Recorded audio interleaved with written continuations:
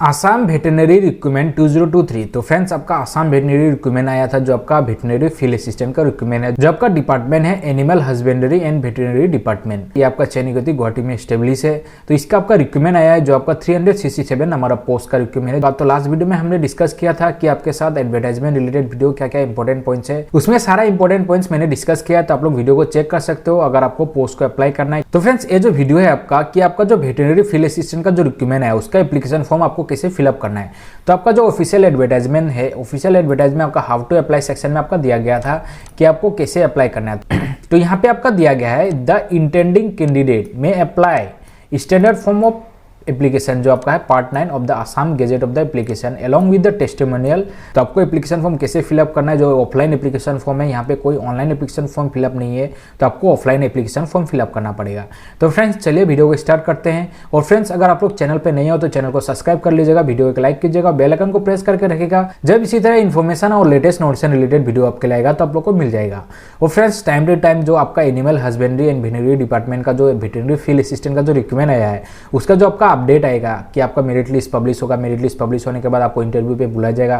Venue कहाँ रहेगा, कौन सा डेट रहेगा, आपका मेरिट लिस्ट कब पब्लिश होगा, मेरिट लिस्ट आपको कहाँ पे मिलेगा, तो सारा चीज इस चैनल पे मैं आपको वीडियो के थ्रू अपडेट कर दूंगा। तो उसके लिए आप चैनल को सब्सक्राइब और बेल आइकन को प्रेस करके रखना, जब वीडियो अपलोड होगा तो आप लोग को मिल जाएगा। तो फ्रेंड्स, चलिए वीडियो को स्टार्ट करते हैं कि आपका जो एप्लीकेशन फॉर्म है आपको कैसे फिलअप करना है, जो ऑफलाइन एप्लीकेशन फॉर्म आपको वेटरनरी फील्ड असिस्टेंट के लिए अप्लाई करना है।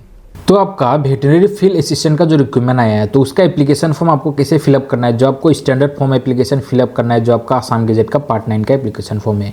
तो आपका फर्स्ट है टू द, तो आपको द में क्या मेंशन करना है। तो आपको यहाँ पे द में क्या मेंशन करना, आपका जो हाउ टू अप्लाई सेक्शन है जो आपका ऑफिशियल एडवर्टाइजमेंट है, तो अब वहाँ पे आपको दिया गया है कि आपको एप्लीकेशन किसको एड्रेस करना है। तो आपको एड्रेस करना है जो एप्लीकेशन यहाँ पे है टू द, आपको यहाँ पे लिखना है टू द डायरेक्टर। यहाँ पे आपका दिया गया जो एडवर्टाइजमेंट है to the director animal and husbandry, आपका जो है animal husbandry and veterinary department जो आपका वेटरनरी है आपको कंप्लीट लिखना है। इसके बाद आपको जो डिपार्टमेंट है आपको डिपार्टमेंट आसाम लिख देना है जो ये सिचुएटेड है। To the director animal and husbandry and veterinary department Assam, ये आपको लिखना है। नेम ऑफ द पोस्ट, आप लोग क्या पोस्ट के लिए अप्लाई कर रहे हो, तो हमारा पोस्ट है आपका वेटरनरी, जो आपका है वेटरनरी आप लोग कंप्लीट कीजिएगा। वेटरनरी फील्ड असिस्टेंट का जो रिक्रूटमेंट आया आपको यहाँ पे वेटरनरी फील्ड असिस्टेंट आपको फिलअप कर देना है।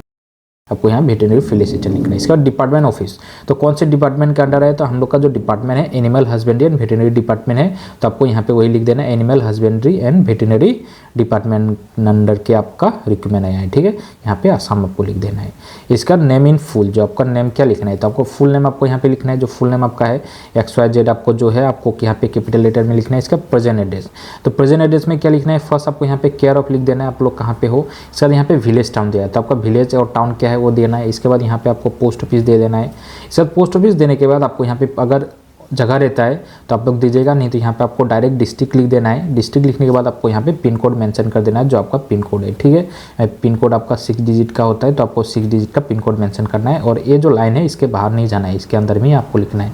सेम उसी तरह परमानेंट एड्रेस, तो परमानेंट एड्रेस अगर प्रेजेंट और परमानेंट एड्रेस सेम है तो सेम लिखना है, अगर अलग है तो अलग से आपको वापस यहाँ पे केयर ऑफ लिखना है, विलेज टाउन मेंशन करना है, आपको पोस्ट ऑफिस देना है। इसके बाद आपको डिस्ट्रिक्ट और पिन कोड आपको लिख देना है। ठीक है, आपको इसी तरह सारा फिलअप करना है।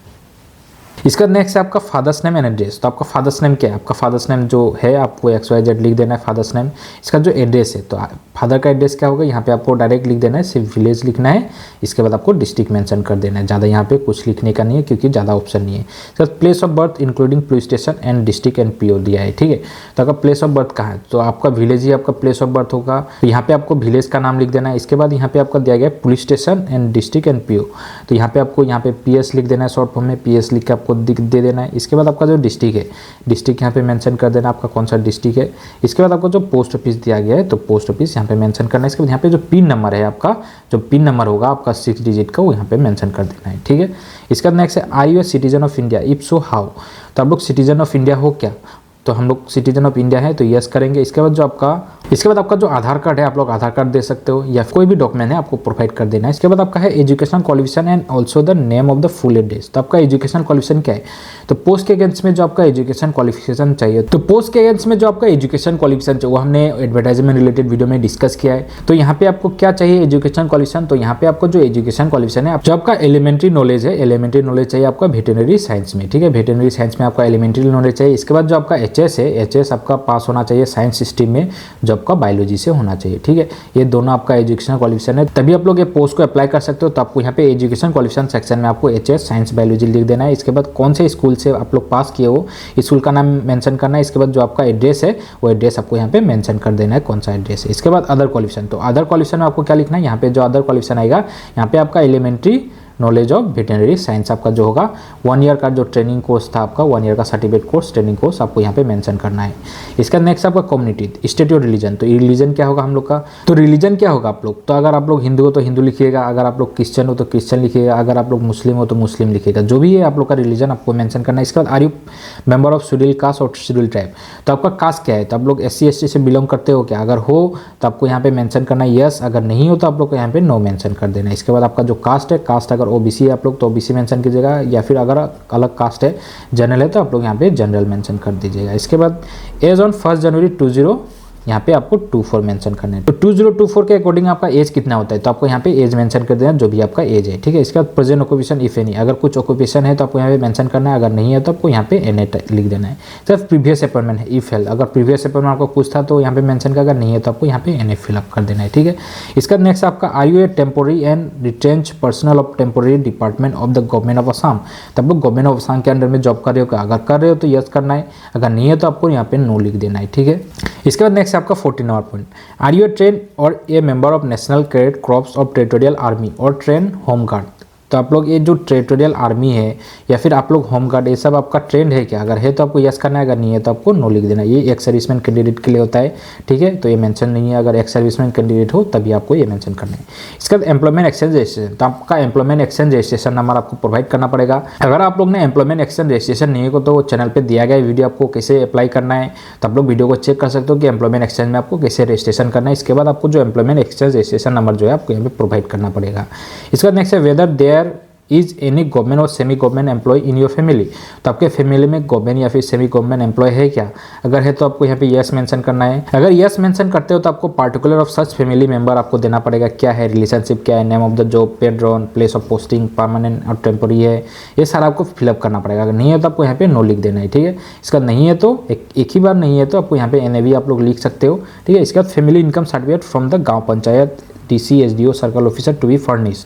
ठीक है, यहाँ पे तो आपको दिया गया है फैमिली इनकम सर्टिफिकेट, तो आपका जो रिक्वायरमेंट आया है तो रिक्वायरमेंट में आपका इनकम सर्टिफिकेट खोजा नहीं गया तो ये मैंडेटरी नहीं है, अगर आपको देना है तो आप लोग यहाँ पे दे सकते हो, नहीं तो आपको NA लिख देना है या फिर कुछ भी नहीं लिखना है।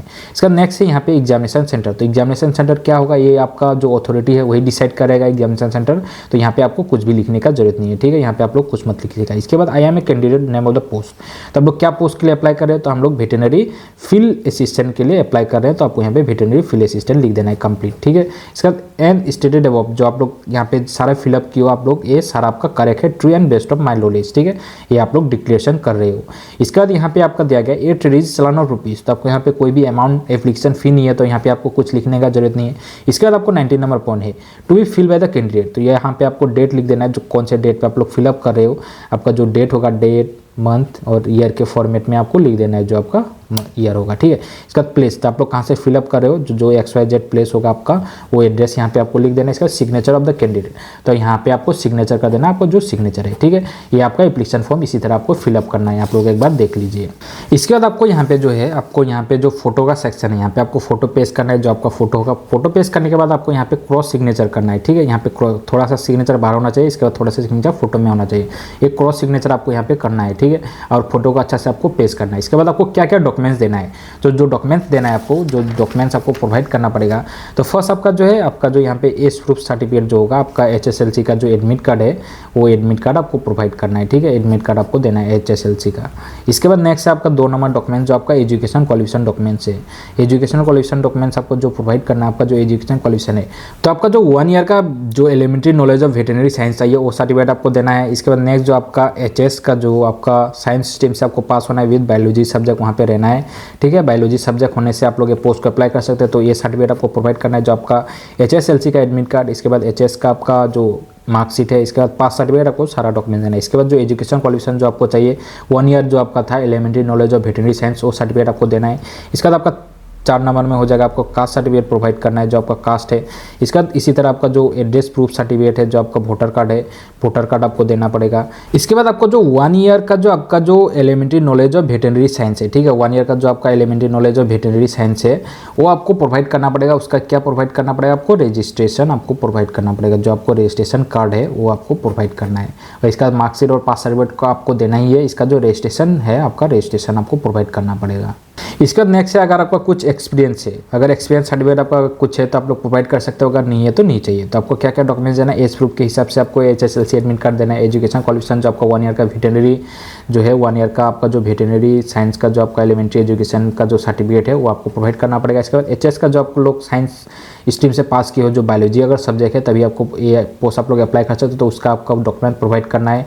इसका पास सर्टिफिकेट इसका आपको देना है और मार्कशीट आपको यहाँ पे देना है, ठीक है, पास सर्टिफिकेट और मार्कशीट आपको प्रोवाइड करना है। इसके बाद आपको कास्ट सर्टिफिकेट देना है, इसके बाद वोटर ID कार्ड आपको देना है। इसके बाद 1 ईयर का जो आपका वेटरनरी साइंस का जो रजिस्ट्रेशन सर्टिफिकेट वो देना है। इसका जो आपका एक्सपीरियंस सर्टिफिकेट अगर है तो आपको प्रोवाइड करना है, अगर नहीं है तो नहीं चाहिए। अगर आपके पास वोटर ID नहीं है तो आप लोग आधार कार्ड प्रोवाइड कर सकते हो, कोई भी एक डॉक्यूमेंट्स आपको यहाँ पे दे देना है, ठीक है।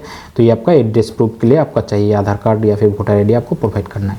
इसके बाद एप्लीकेशन और सारा ये सब डॉक्यूमेंट्स आप लोग कलेक्ट करने के बाद आपको जो सारा डॉक्यूमेंट्स है उसमें आपको सेल्फ अटेस्टेड करना है, मतलब खुद का साइन कर देना है आपको जो है, ठीक है, सेल्फ अटेस्टेड करना है आपको, सेल्फ अटेस्टेड। इसके बाद आपको जो है सेल्फ अटेस्टेड करने के बाद सारा डॉक्यूमेंट्स आपको एक एनवेलप में देना पड़ेगा, जो आपका एनवेलप होगा। एनवेलप में आपको क्या लिखना है, तो एनवेलप में आपको फर्स्ट है आपका 5 रुपीज़ का पोस्टल स्टैम्प जो है आपको फिक्स करना है।